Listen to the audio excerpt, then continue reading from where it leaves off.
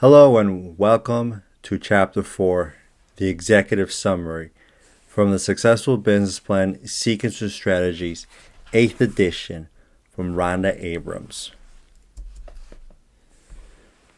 Ann Wimbler, a venture capitalist, said, "A good executive summary gives me a sense of why this is an interesting venture. It gives a very clear statement of their long-term mission and overview of the people, technology, and fit to the market." If you recall from the previous chapters, I mentioned that the executive summary is one of the most important critical parts of the business plan.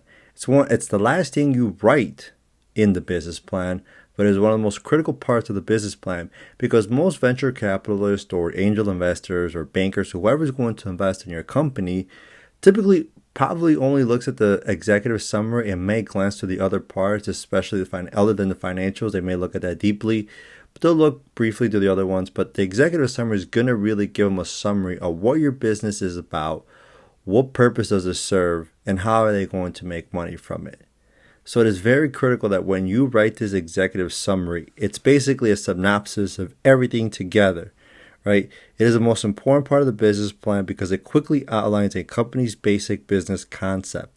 You have to look at it as a narrative summary, basically combining everything you've written down in the business plan all into one page.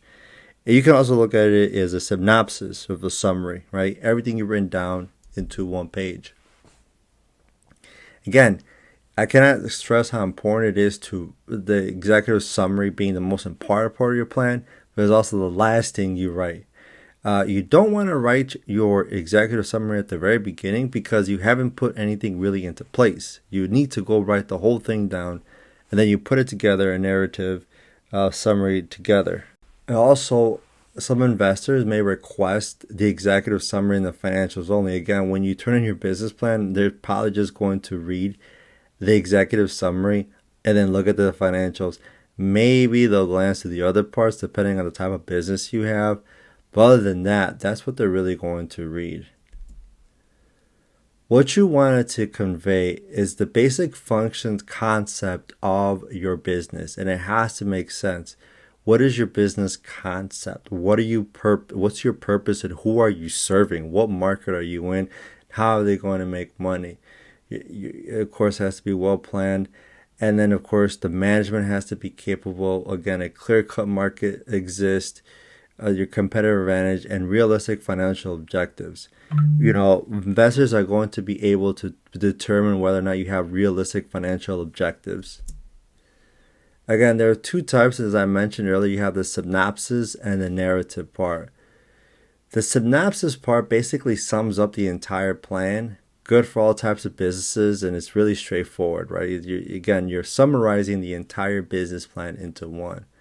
The narrative part, which depending on the type of business you are, tells a story, right? Again, this is good for businesses, one or two dominant elements. If you're really good at writing skills, perhaps do a narrative.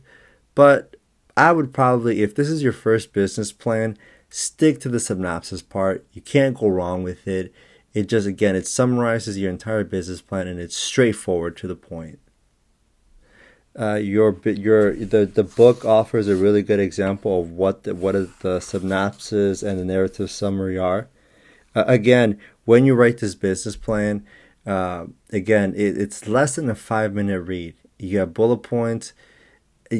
Typically, a really good executive summary narrows it down to 1 page, 2 at max. You don't want to go beyond 2 pages. I would not caution you going to 3 pages. That's too much. 1 page is probably the best. 2 pages max. And you want to be really clear to the point as to how you do it. And the book also offers a very good way of writing actually a synopsis, executive summary preparation, and a narrative executive summary preparation. You can use the examples and start writing a synopsis executive summary on page 58 and 59. It gives you a template on how to do that, and on pages 60 and 61, it offers the narrative template.